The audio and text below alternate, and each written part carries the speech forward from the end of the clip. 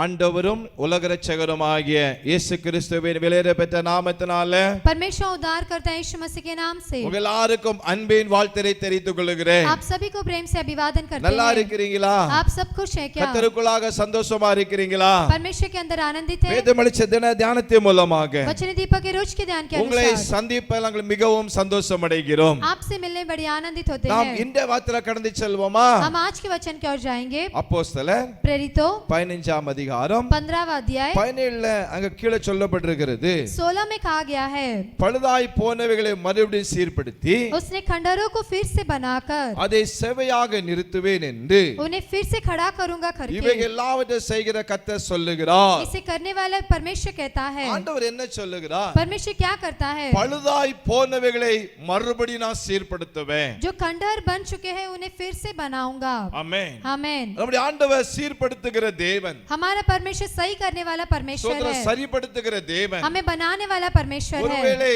வேலையில ஏதோ கோணலாவே காணப்படலாம். अगर कामों में कुछ गड़बड़ी होगी, படிப்பிலே ஏதோ கோணலாவே காணப்படலாம். पढ़ाई में कुछ ऐसे गड़बड़ी होंगे, ஏதோ ஒரு குழப்பத்துல இருக்கலாம். कोई तो समस्या में होंगे, இல்லை என்று சொன்னால் குடும்பம் உடைந்து காணப்படலாம். नहीं तो परिवार टूट कर आप बैठे அது होंगे, சீர்படுத்தாமல் இருக்கலாம். उसे बनाए नहीं होंगे. ஆண்டவர் சொல்றாரு, परमेश्वर कहता है, பழுதாய் போனவைகளை மறுபடியும் நான் சீர்படுத்துவேன். जो भी खंडहर हो चुके हैं उसे फिर से मैं बनाऊंगा, அதை செவையாக நிறுத்துவேன். उसे सही करके खड़ा करूंगा. என்ன உங்களுக்கு பழுதாய் காணப்படுகிறதோ, जो भी आपके लिए खंडहर है, என்ன உங்களுக்கு கோணலாய் जो காணப்படுகிறதோ, भी आपके लिए टेढ़ा है, நேராக இல்லாமல் இருக்கலாம். जो भी सीधा नहीं है, ஆண்டவர் சொல்லுகிறார், परमेश्वर कहता அதை है, நான் ஒழுங்காய் சீர்படுத்துவேன். मैं उसे सही से फिर से बनाऊंगा. பழுதாய் இப்பொழுது நான் சீர்படுத்துவேன். खंडहर को मैं फिर से बनाऊंगा, அவங்களை ஸ்திரப்படுத்தி उन्हें स्थिर करके ஆண்டவர் உங்களை உயர்த்துவார் நாட்கள்ல. उन्हें वो ऊंचा करेगा. கலங்காதீருங்க. व्याकुल मत होइए, பாழாய் போய்விட்டது, ऐसे ये नाश हो चुका है, எனக்கு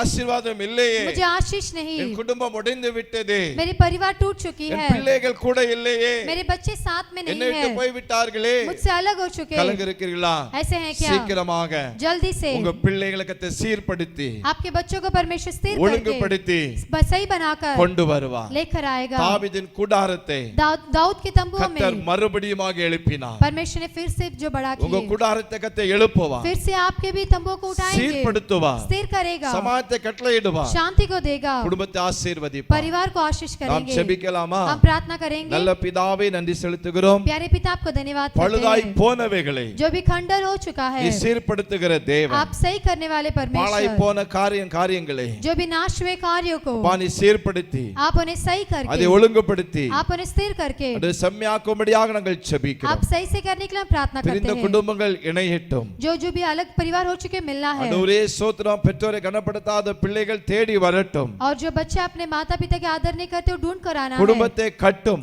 आप परिवार को ஒரு बांधिए, அற்புதமான காரியங்களை செய்யும். एक अद्भुत कार्य कीजिए, வார்த்தை நிறைவேற்றும். इस वचन को पूरा இயேசு कीजिए. மூலம் ஜெபங்களும் நல்ல பிதாவே. यीशु के नाम से मांगते हैं अच्छे पिता. ஆமென். आमेन.